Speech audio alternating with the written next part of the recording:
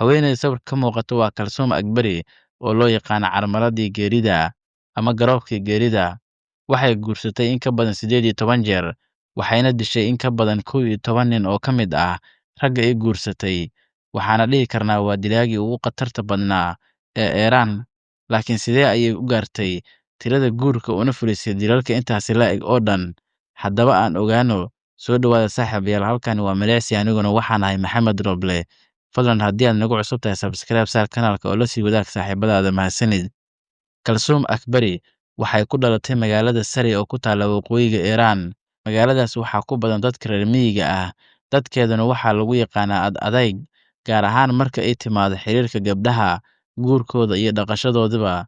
Waxaa loola dhaqmaa sidii badeeco la kala gatay gabdhaha la guursaday.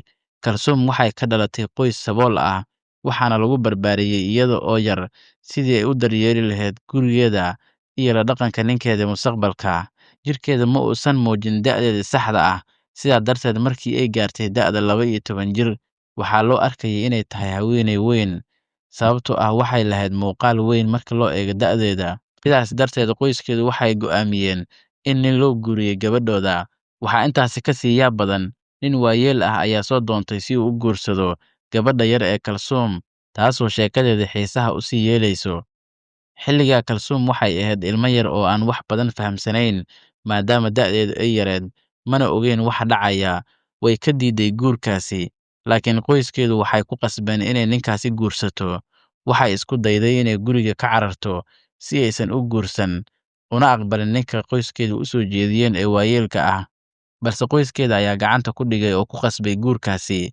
Sirta ku jirtay arrintaasi ayaa ahayd in ninkaasi uu ahaa nin hodan ah oo taajir ah, halka qoyskooda ay ahaayeen sabool. Sidaa daraaddeedna waxay rabeen in xaaladdoodii dhaqaale isbeddesho, maadaama ninku lacag badan haystay. Laakiin wixii dhaca waxay ahaayeen wax ka soo horjeeda arrintaasi. Markii loo guuriyey gabadha, ninka waayeelka ah ee gurigiisa geystay, ninkii waxa uu la dhaqmay Kalsoom si xun.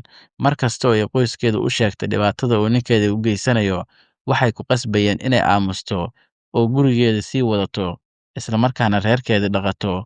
Sanado kadib guurka, waxay ahayd wax aad loola yaabo. Kalsoom uur ayay qaaday, waxayna u dhashay ninkii waayeelka ahaa 1 wiil. Run ahaantii ma aqoonin sida loola tacaalo ilmahaasi, loona barbaariyo, waayo iyadii ayaaba weli yareed. Waxaa laga reebay inay daryeesho oo ay barato. Maadaama ay ahayd 13 jir, waxaa laga rabay inay daryeesho oo ay barato sida ilmaha loo koriyo. Balse aqoon la'aan iyo faham la'aan darteed, caafimaadka ilmaha wuu liitay, ilaa ugu dambeyntii sanadkaasi uu dhintay. Ilmihii yaraa uu ka saqiiray. Geerida wiilkaasi waxay saameyn ku yeelatay ninkeedii waayeelka ahaa. Waxaa ku dhacay xanuun wadne ah, waxaana u dhintay si dabiici ah. Dhacdooyinkan oo dhan waxay ku dhaceen muddo 2 sano gudahood, taasoo ka dhigtay Kalsoom oo markaasi 15 jir ahayd inay anfariir iyo argagax ka qaaddo nolosha lamaanaha. Waxay ku noqotay guriga qoyskeeda kadib geerida ninkeeda iyo wiilkeeda.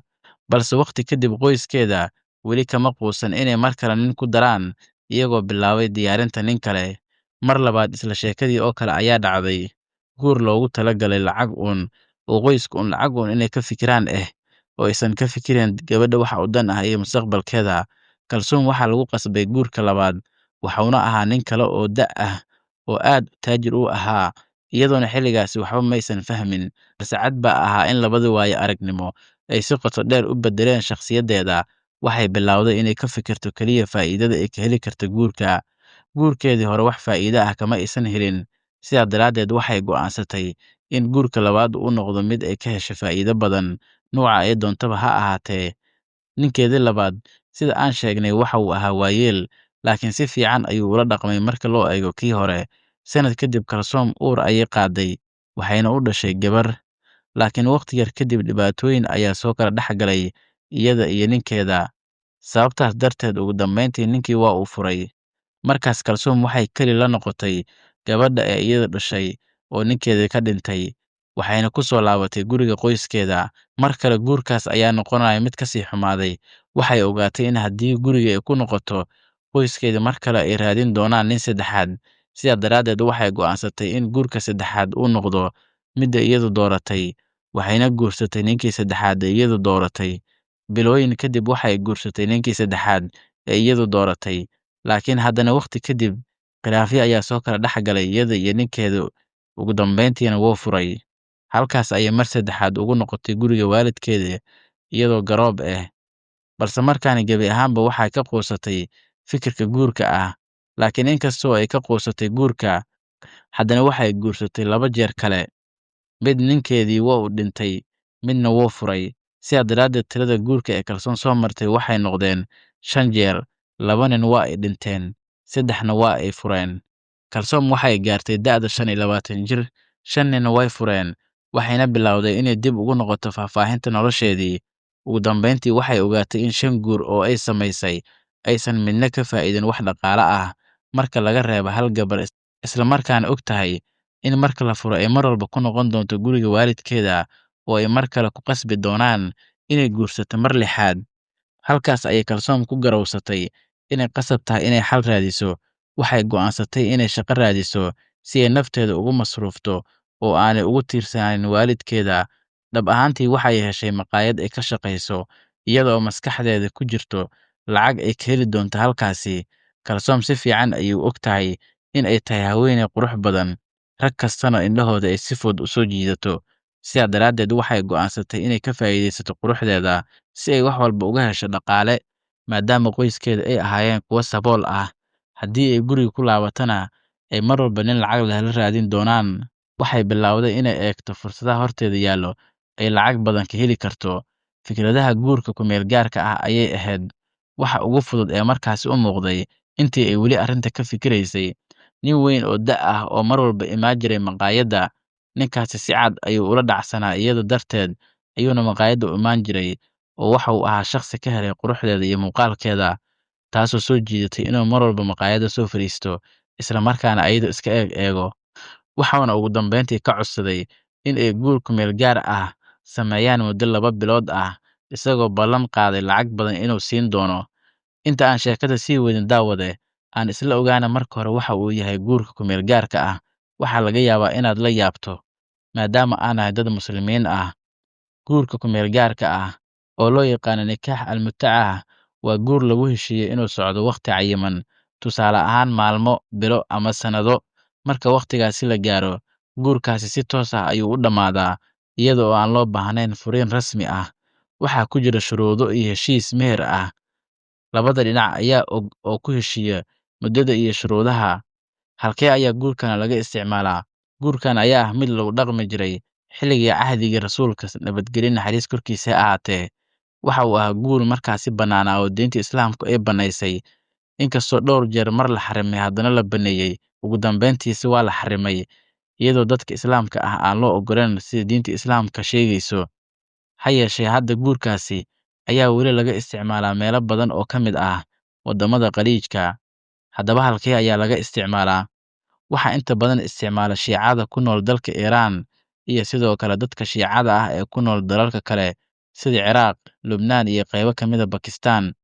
Guurkan ayaa haatan ah mid aysan asal ahaan oggolayn diinta Islaamka, kaasoo ah mid xaaraan ah isla markaana la mid ah sinada. Ha yeeshee, cahdigii rasuulka mar bannaanaa jiray. Haddii aan intaas isla fahmnay, aan u soo laabano sheekadeena, maadaama ay qisadu ka dhacday nafteeda dalka Iiraan oo haatan ay ku nool yihiin Shiicada ugu badan adduunka. Kalsoom fursaddaasi si degdeg ah ayay uga faa'iidaysatay, iyadoo aan xalaal iyo xaraam midna tixgelin. Waxa kaliya ee muhiimka u ahaa waxay ahayd inay lacag hesho. Xilligaasi Kalsoom waxay ku jirtay dabayaaqada 20-meeyada, ninkaasina waxa uu ku jiray da'da 60-meeyada.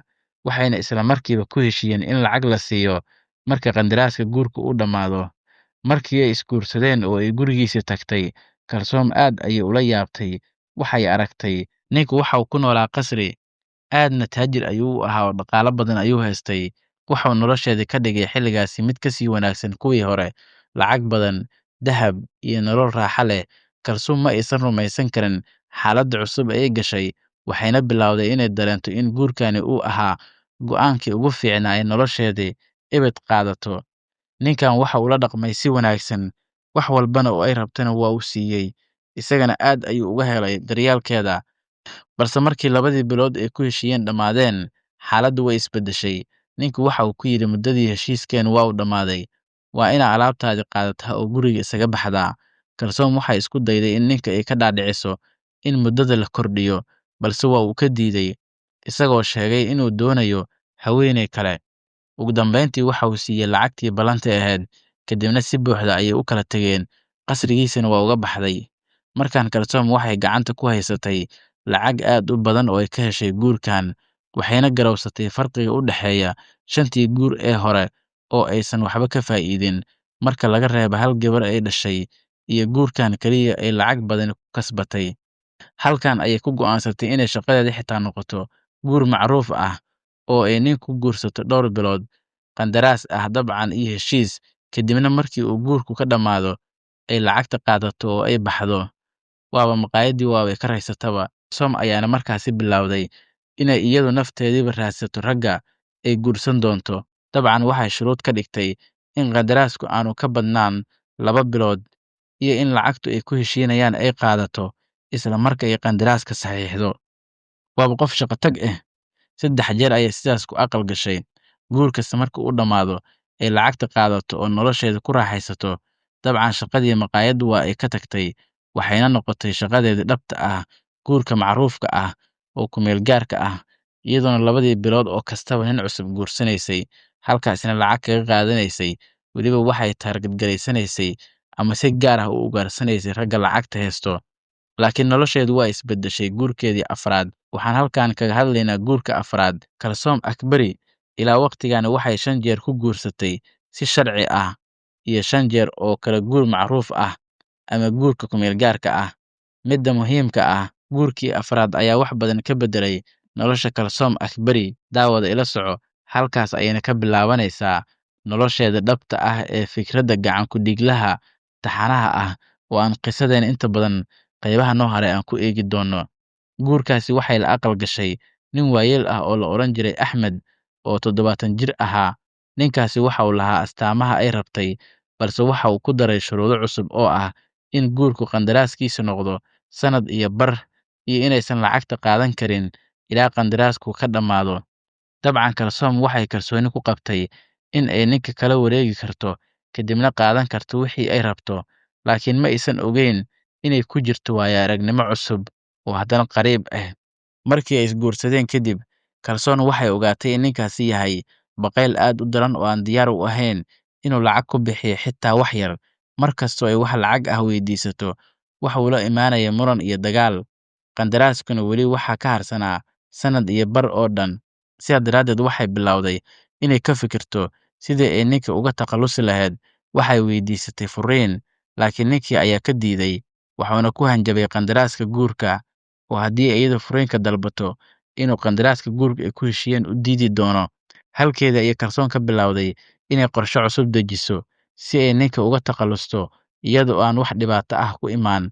Waxay ka faa'iidaysatay inuu yahay nin waayeel ah oo haddii geeri dhacdo ay u muuqan doonto geeri dabiici ah, oo dabcan dadkuna u malayn doonaan inuu qof iska dhintay yahay.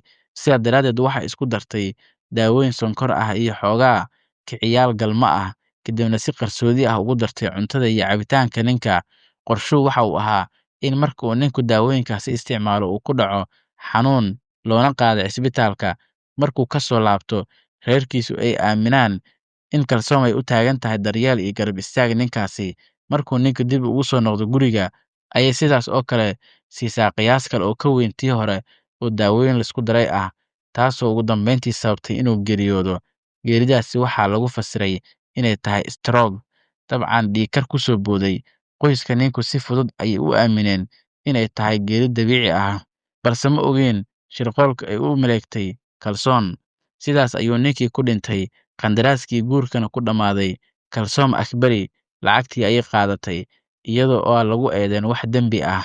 Qoyskiina waxay dhaheen, qandaraaskii ninkan aad kula heshiisay waan ku siinaynaa, iyagoo weliba sabar siinaya oo dhahayo, sabar iyo imaan Allah kaa siiyo, ninkaadii waa geeriyooday. Laakiin dhagarta iyo khiyaanada gabadhaani ma aysan ogeyn. Laga bilaabo waqtigaasi, tan ayaa noqotay habka Kalsoom ee nimanka ay guursato u dili doonto, iyadoo u ekaysiinayso in qofku si dabiici ah isaga dhintay. Markii ay wax walba dhammayso, waxay gashaa guurka xigo. Ninka xiga waxaa la odhan jiray Masiix, wuxuuna jiray 80 sano. Weliba waxaa u sii gaar ahaa in ay taarget garaysan jirtay nimanka waayeelka ah si aan loo fahmin, maadaama niman dhalinyaro ah hadday guursato laga yaabo inay sirteeda fahmaan ama iyadu kashifantaba. Ninkii xigay waxaa la odhan jiray Masiix, waxauna jiray 80 sano. Waxa uu kula heshiiyey in qandaraasku noqdo 2 sano, isla shuruudihii hore, inaysan lacagta qaadan karin ilaa uu dhammaado. Kalsoom waa ay aqbashay, iyadoo og inay qorshe ka leedahay haddii uu dhib keeno. Hal bil oo keliya ayay Kalsoom dareentay inay ka daashay ninka, ayna rabto guur kale iyo lacagtii. Ileen waa naag hunguri barataye, sidaa daraaddeed waxay diyaarisay isku darkeedii daawooyinka oo mar kale cuntada iyo cabitaanka ugu dartay. Markuu ninkii cashada cunay oo guriga yimid, qorshaha sidii hore ayuu u shaqeeyey, balse ninku ma dhiman markiiba, weli naftii waa ay ku jirtay. Markaas ayay Kalsoom soo qaaday maro qoyan oo afka iyo sanka ay ka saartay, waxayna ku celisay neefta ilaa uu neefsan waayo. Dabcan waxa uu ahaa nin 80 jir ah. Ugu dambeyntiina waa uu geeriyooday. Markii ay hubsatay inuu dhintay, waxay la soo xiriirtay qoyskiisa si ay uga dhigto inay ka walwalsan tahay geeridiisa.